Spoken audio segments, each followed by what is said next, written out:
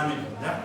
Dentro de los trastornos hemodinámicos en patología hace mucha importancia que ustedes tengan un poquito de contexto de lo que es el flujo sanguíneo, la circulación, cómo la sangre circula por los vasos sanguíneos. Entonces vamos a hablar de puntos o de términos bastante puntuales.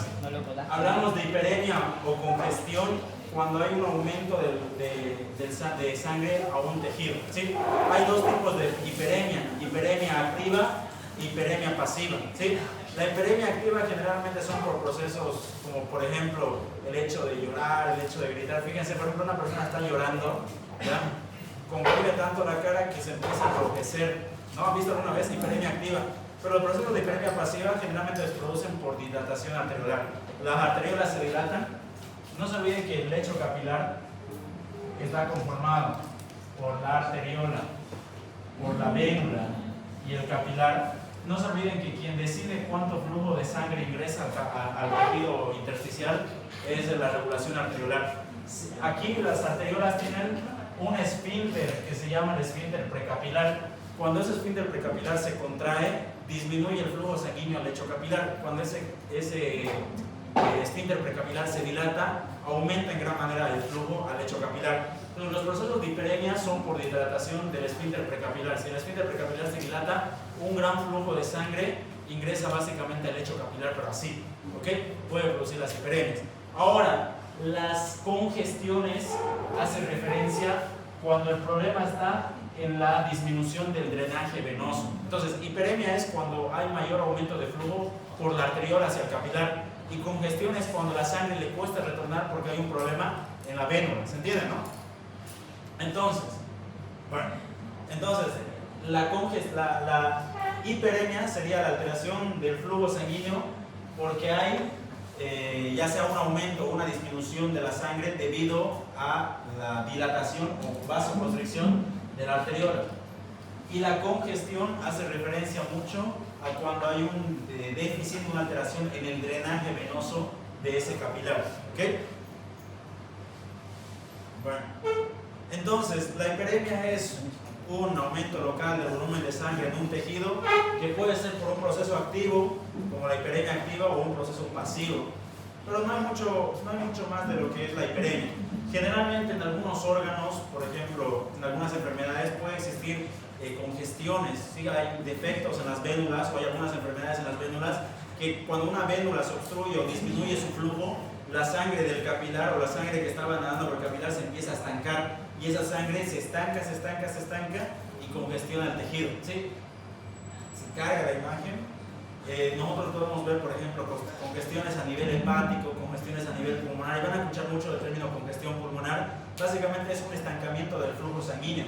La sangre no está circulando normalmente porque hay un impedimento, y el impedimento principalmente para la congestión es el venoso, ¿sí? Cuando hay una disminución del drenaje venoso, el órgano se estanca en sangre y la sangre se congestiona, empieza a producirse un éstasis sanguíneo. El término éstasis es el flujo sanguíneo lento, ¿sí? Lento y turbulento. Pasa de ser, lo mismo concepto que habíamos tocado hasta el anterior, pasa de ser un flujo laminar a un flujo turbulento. Por ejemplo, en los órganos se puede apreciar fácilmente cuando hay una congestión. Cuando hay una congestión sanguínea, generalmente los órganos se enrojecen más.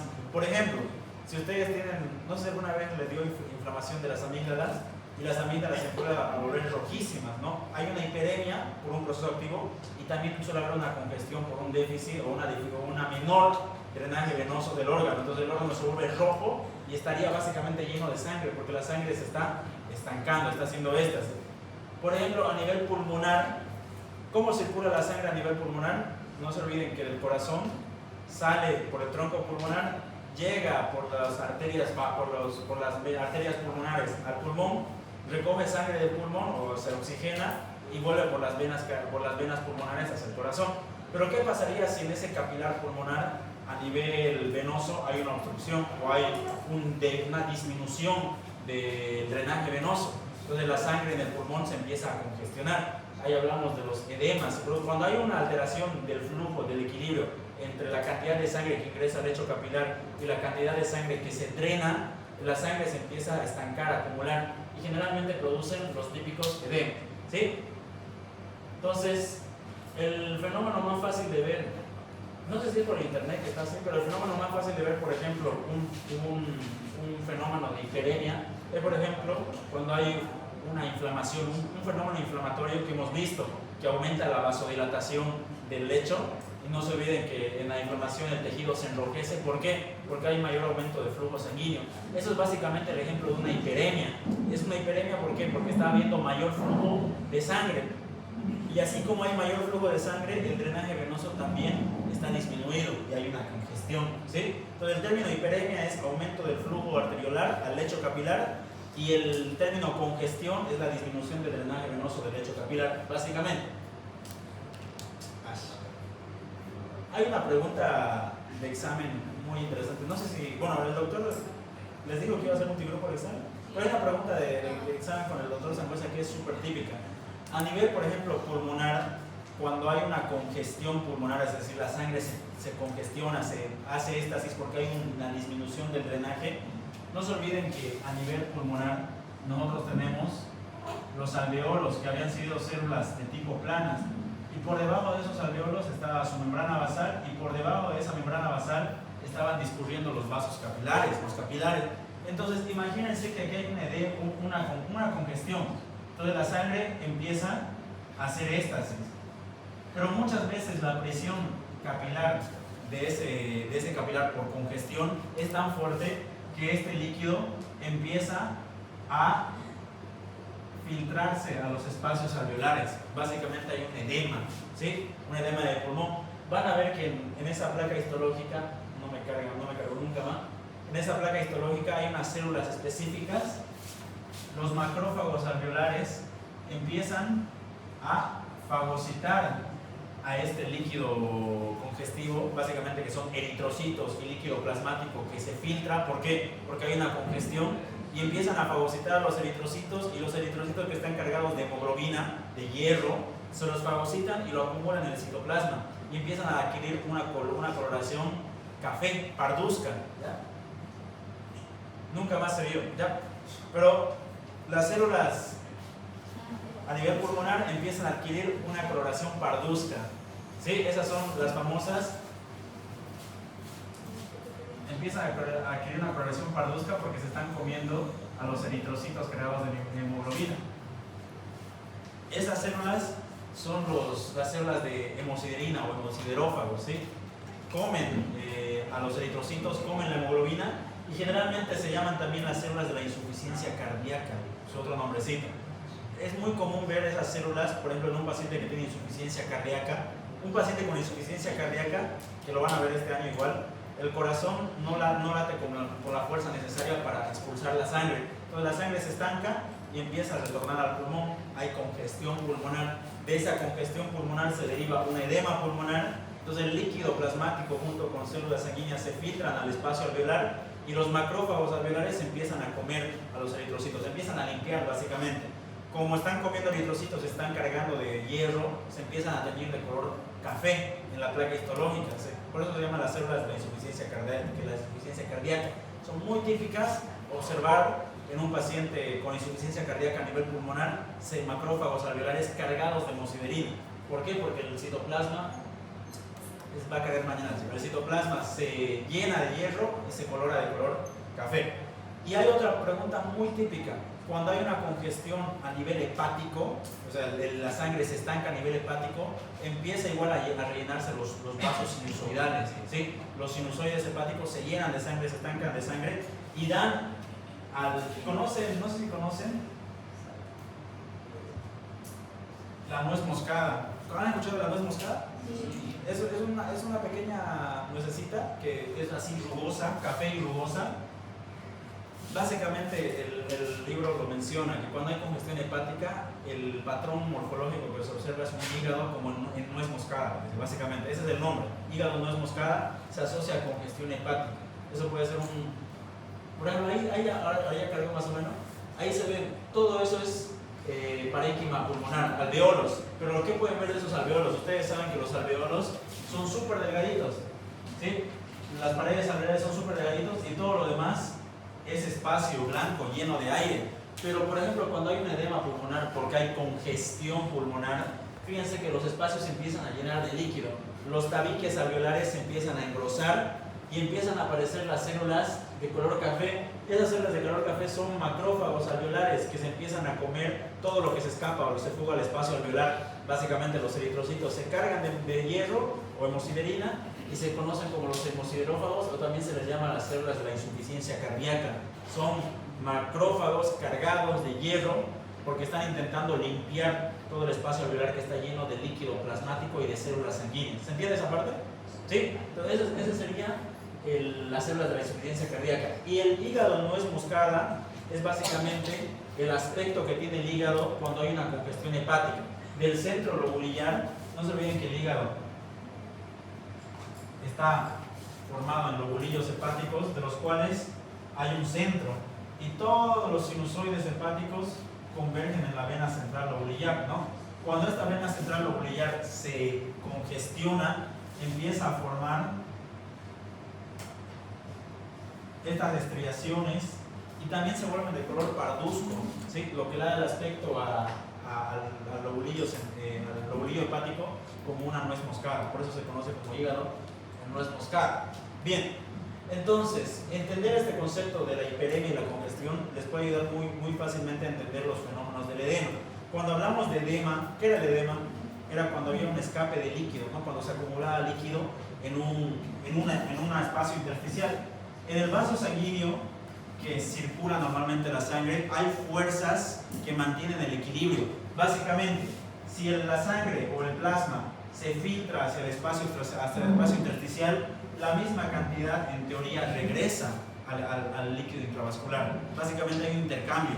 El líquido plasmático sale al espacio intersticial, nutre a las células, recoge el desecho metabólico y lo lleva nuevamente a circulación. Eso sería lo normal. Pero cuando hay desfases en estos equilibrios de ingreso y salida, se producen principalmente los edemas. Hay 4 fuerzas que se encargan de modular el equilibrio dinámico del intercambio de líquidos a nivel vascular. Estas se conocen en conjunto como las fuerzas de Starling. ¿Han escuchado esa fuerza de Starling? Son 4. 1. La presión hidrostática del capilar, obviamente. 2. La presión coloidosmótica del capilar. Número 3. La presión coloidosmótica oncótica del intersticio o intersticial. Y 4. La presión hidrostática del intersticio. Básicamente hay 2 fuerzas que están del capilar, las produce el capilar, y hay 2 fuerzas que las produce el espacio intersticial, y esas fuerzas equilibran el ingreso y salida del flujo sanguíneo a nivel de un capilar. ¿Ok? ¿Cómo funciona? La presión hidrostática capilar es la fuerza que permite la filtración del líquido. Es una fuerza, básicamente es como ustedes lo pueden determinar, presión hidrostática es la presión que ejerce el líquido de la sangre, el agua de la sangre en contra de la gravedad, y básicamente se determina mucho por la presión. ¿A qué me refiero? Si hay mayor presión en un vaso sanguíneo, ¿creen que la fuerza hidrostática es mayor o menor? Si hay más presión en un vaso sanguíneo, mayor, ¿sí? Eso es algo lógico. Si hay un aumento de presión en el vaso sanguíneo, la fuerza con la que el líquido choca con la pared es mayor, y si choca más fuerte con la pared, tiene más probabilidad de salir en más cantidad. ¿Se entiende, no? Entonces la presión hidrostática capilar está determinada por el líquido, pues, básicamente por el agua de la sangre.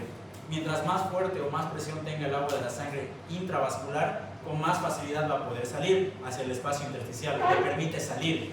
La presión coloidosmótica capilar es una fuerza de ingreso, de entrada. Básicamente, estoy seguro que han escuchado el término coloidosmótico antes, la produce una proteína. ¿Saben cuál es? La albúmina. Principal proteína que mantiene la presión coloidosmótica del capilar.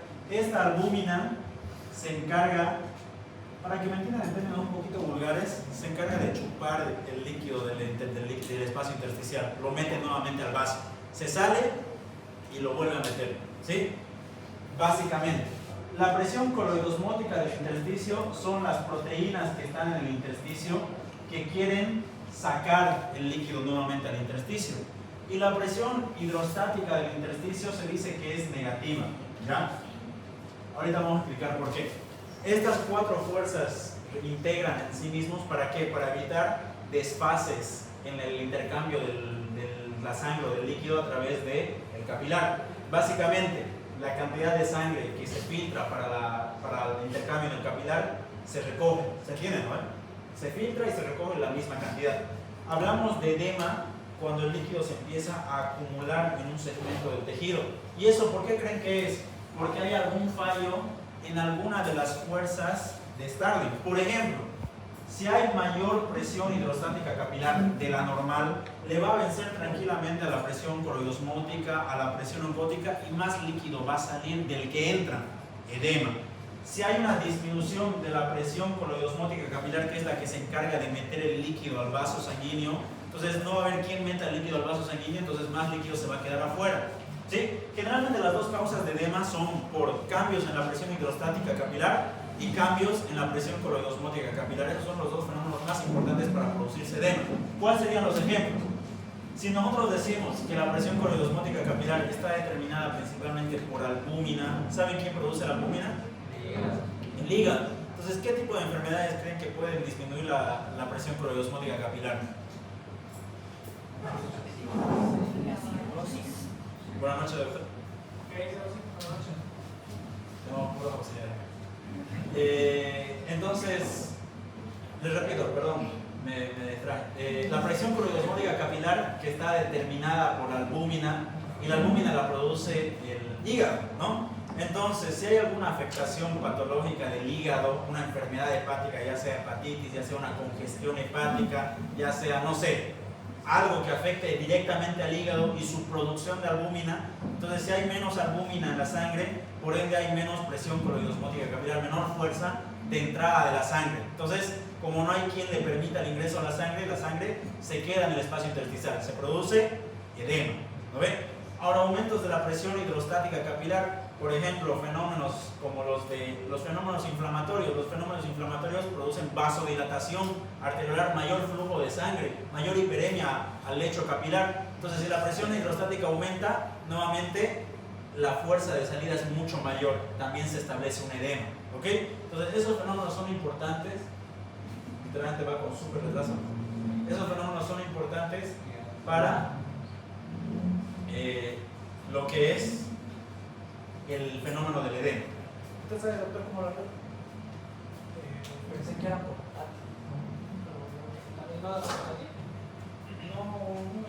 O sea, no intento. Porque está transmitiendo, ¿no? Si no pruebe quitando la transmisión, lo mismo mejor si están conectados al mismo Wi-Fi. Si usted puede conectar su Wi-Fi a la tele, 1000 veces más.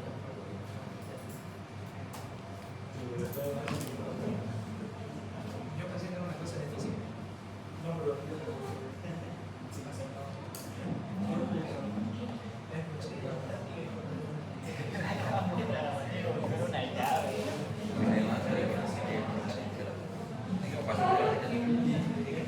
A 2 pesos cada uno.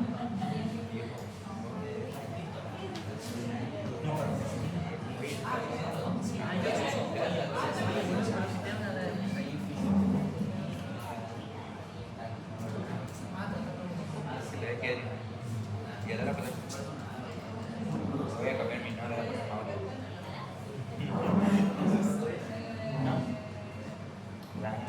Ya veo mi.